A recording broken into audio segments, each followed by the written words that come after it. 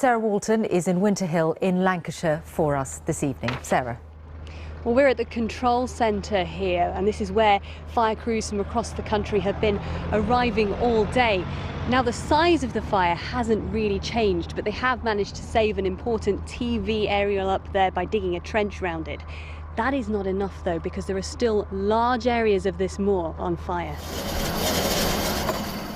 Fire crews have travelled here from as far away as South Wales and Warwickshire, working in the intense heat and thick smoke, fighting flames not just on the ground, but also from the air. And it's from there that the scale of the fire becomes clear.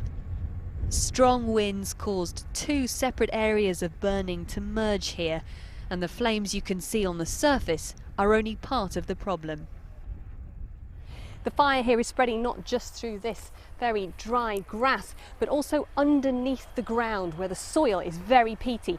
Firefighters are finding they'll put out one area of fire, but the ground underneath is still so hot that it'll be back alight just minutes later. Good morning. Let's bring you up to date with our main story. Snow and ice is gripping much of the UK. Sarah Walton is in Ellerton in Yorkshire. Sarah, bring us up to date.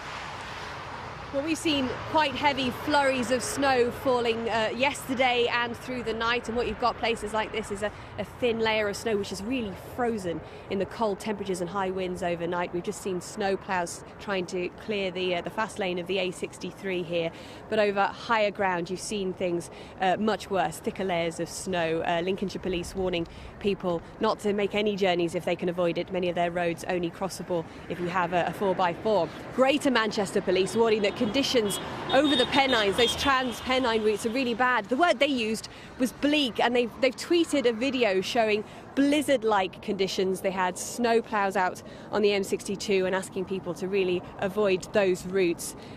We are also seeing disruption on the trains today, Great Western, North Western, South Western. There was already a coach replacement service running between Manchester Airport and York.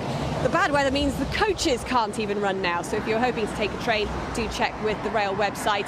Plane cancellations as well out of Heathrow because planes have to be de-iced, so if you were planning on going somewhere on holiday today, perhaps warmer climes, you need to check with the airline website before you set off.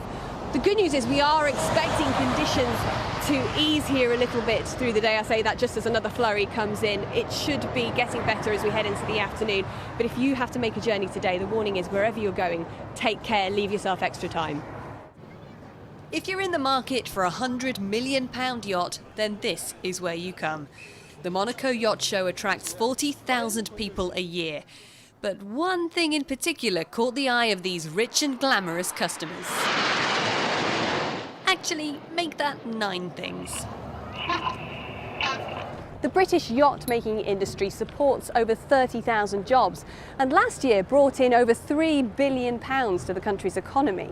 The hope is that the Red Arrows performing here will help sell more yachts that are made in the UK, bringing in more money and ultimately supporting jobs. Hello, good afternoon. The headlines from BBC Look North this Tuesday lunchtime. There's an increase in attacks and drug use at an immigration removal centre in Lincolnshire. Who's driving it? What's driving it?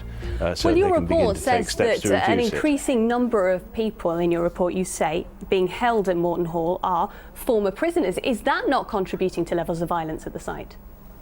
I wouldn't want to make any assumptions, and that's why we say that there needs to be some proper analysis. It's so big. This thing is the size of a bus. It needs the ocean to support its weight. Every piece of material has to be brought out 3 miles from the mainland on a truck like this, on a track that changes every day with the tide.